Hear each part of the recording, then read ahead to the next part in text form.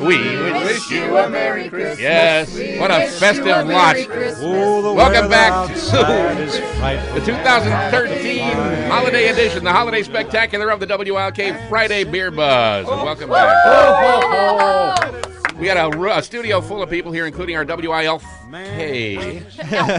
inappropriate elf is with us. Of course, you're going to definitely want to check out the video. Just jump on WILKnewsradio.com or mybeerbuzz.com, and you'll be able to catch all the video action there. Boy, won't your holiday be spectacular once you've witnessed this thing? It will. It's spectacular. And, of course, Bill from mybeerbuzz.com. Yes. Nothing says holidays like overextending. Boy, I'll tell you what. And we've done it again. Better believe it. The bottle count is rising in front of us. Yeah, we have a bottle count. We also have a cup count. We have a cup count. We have a cup count going next to our awards. Everyone to know we started with 300 cups at the beginning of the day today. Nice. I hope we don't Each. run out. We got that going. We have a beer question for this segment, and it's sort of a two-part question. The first part of the question is, how do I age beer, or how do I store beer? And the second part of the question is, what is a vertical tasting? And they sort of go together hand in hand, because to do a vertical tasting, you need to be able to age your beer. So how do you age beer? How do you age beer, Bill? I wonder. Well, we can tell you some of the how not to age your beers. Do not age your beer in your self-tanning bed. Bad idea. I was going to do that. Do not age your beer in a south-facing sunny window. Okay. Bad. Like Bad. a plant. Right. Do not age your beer in a clear bottle. No. Bad. That's a bad idea. So far, a bunch of bad ideas. Yeah. A fireplace, yeah. Don't put it in the trunk of your car or in the fireplace. Okay. So these are all handy tips. Yeah. Now we know not to do. Yes. What should we do? Listen, age your beer in a dark, evenly cool location. You don't want extremes of temperature, and you don't want light. You know, you've heard the term skunked. Skunked is technically light struck. It's the light getting at the beer. And light getting at beer doesn't take long for the beer to be affected, correct? Correct, yeah. That's how you skunk it. I mean, that's the fastest way to skunk it is bright light. That's why I'm saying don't put it in your tanning bed. Don't put it in your south-facing window. Light will kill it. That's why they typically use dark brown bottles. And they sort of, the craft beer crowd sort of puts a thumbs down on green bottles or clear bottles because they let more light in. And that's why cans are taken off. Cans block all the light. Yeah. So that's the first part of the question. We tell people store it vertically. Well, now, you know what? When you're storing, if you're aging beer, and not every beer ages as well as other beers, correct? That's correct, yeah. If something you're wanting to age should be typically the higher alcohol beers, a barley wine, a Doppelbock, some of the Belgian dark ales, the higher the ABV, the better they age. The more beers that are fresh hop beers, that have very fresh hops and they're brewed to be consumed fresh, you don't want to age those. They will age. They won't make you sick or anything like that. But the way the brewer wanted that beer to taste, it comes out when it's fresh. Right. If you age a wet hop beer or a fresh hop beer, you're really doing a disservice to that. Now, beer. is it safe to say if you end up finding a beer in the back of your refrigerator that you didn't know was there and you pour it out into a glass and there's clumps, is that a bad idea, do you think? Or? Clumps could be bad, or clumps could just be the yeast settling out in the bottom of the bottle. So you can't automatically rule out clumps? You can't. No. Wow. It depends on the Give beer me a and the style of the beer. and a spoon. And you should use those beers to make your chili or your cheddar soup. All right. Like Okay. that. Now makes perfect sense. If it's a bottle conditioned beer, there will be additional yeast and additional sugars pitched into the bottle when they seal it, so that it continues to ferment, continues to condition. That yeast typically will fall out into the bottom of the bottle. So if you find sediment in the bottom of the bottle, that's still a good beer. Okay. And some people will tell you swirl it around and you get your B vitamins in there. We fight over the sediment. Yeah, yeah. No, we do. I'm telling you right now, we have elf fights over the sediment. Our elf is scaring me. He says they fight over the sediment. But that is why we tell you store them vertically. Do not lay them down like wine bottles. You want the sediment to lay at the bottom. Then you can make the choice to decant and sort of pour it without getting the sediment, or you can get the sediment if you want. You don't shake it up. You can if you want to, but you don't have to. If you lay it down, you will automatically shake it up. Yeah. Also, in many beers, where wine, you want to keep the cork hydrated. In many beers, the beer interaction with the cork is not a good thing for the flavor of the beer. So that's the other reason they'll tell you to store it upright. Second part of the question was, what is a vertical tasting? Yes. Well, the vertical tasting is what we're actually going to do. It's tasting 2 different vintages of the same beer. It doesn't even have to be 2. Stone did their vertical epic series of beers. They did one a year. They did one a year, and they started with one that was released on February 2nd, 2002, and it was named 222, and they did 333, and we had Mitch Steele on to do 12-12-12 with us last year. Those beers were brewed and meant to be aged. This brewery, 6 Geese Lane, that's meant to be aged 6 years. So you age it appropriately, and then at the end you are supposed to do a vertical tasting of all of these beers. You really have to be a special individual to buy beer and put it away for 6 years, don't You have to have restraint. I mean, like, a patient. I don't even let it get cold enough a lot of times. Never mind put it away for 6 years. You know what the key is? The key is to have a lot of beer. That's so what it that is. you're not tempted to just dive into the 2002 Stone. Yeah, no, that makes sense. The very first version of the brewery was called Two Turtle Doves. You can't even buy it on eBay now. You know, it was going for hundreds of dollars 2 or 3 years ago. It's a very, very rare beer. You can get the last few, but you can't get this one. We have 2 beers.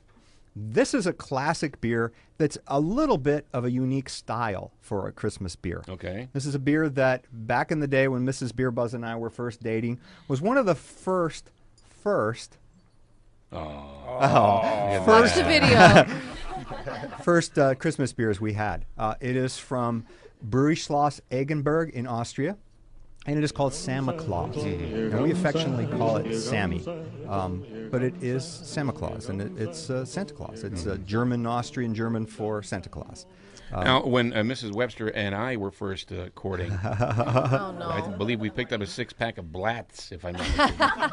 Is that a beer? Do they still make that? I don't know. Oh, jeez. That might be something else.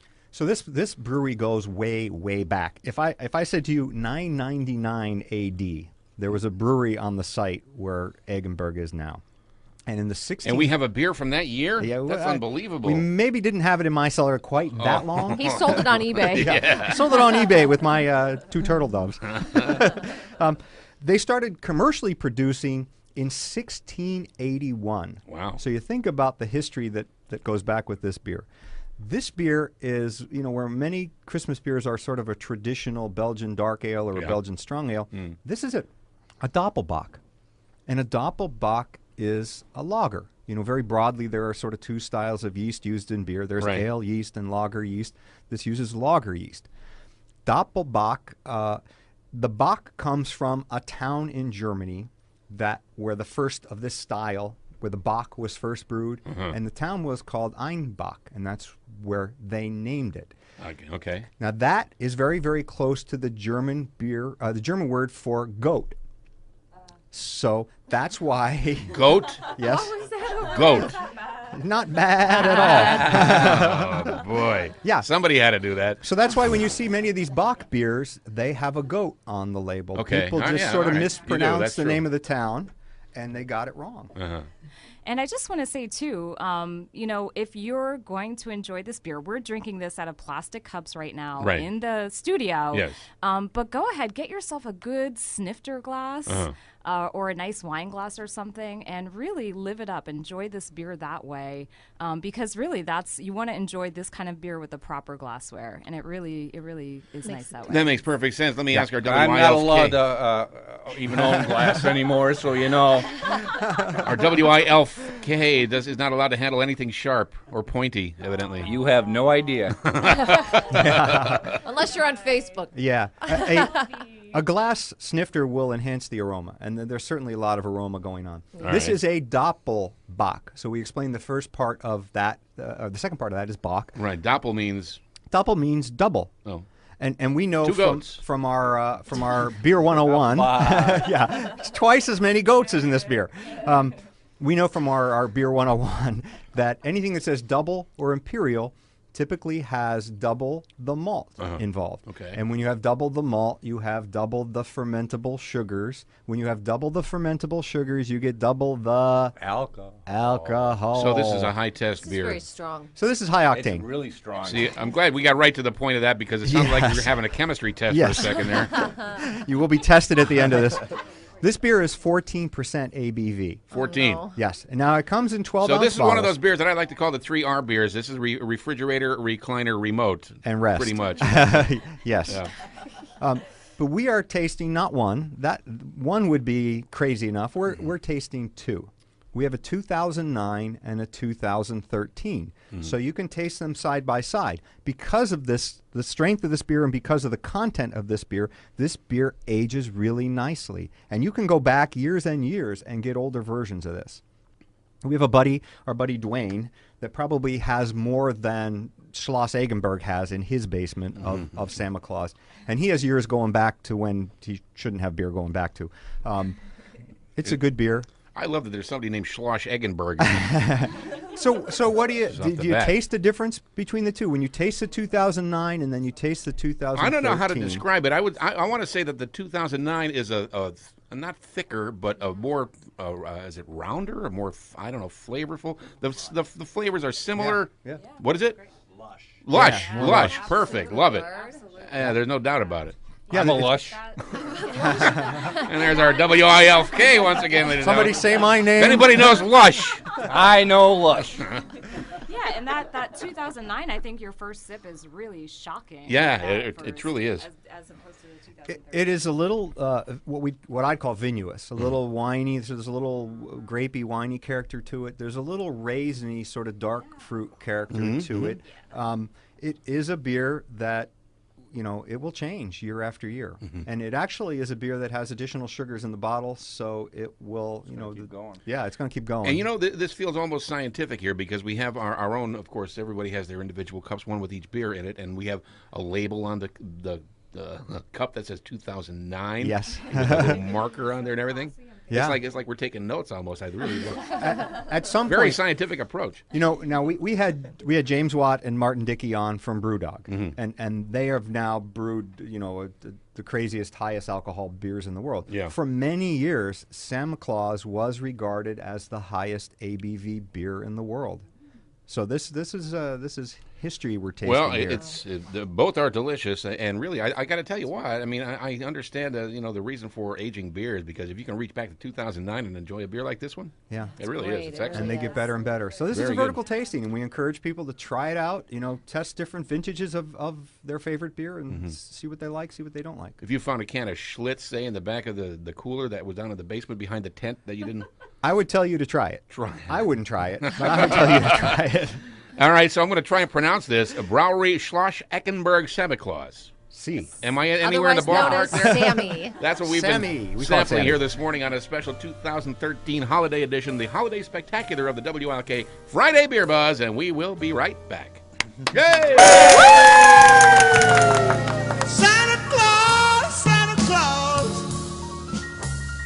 I'm in misery. I'm in misery. Santa Claus,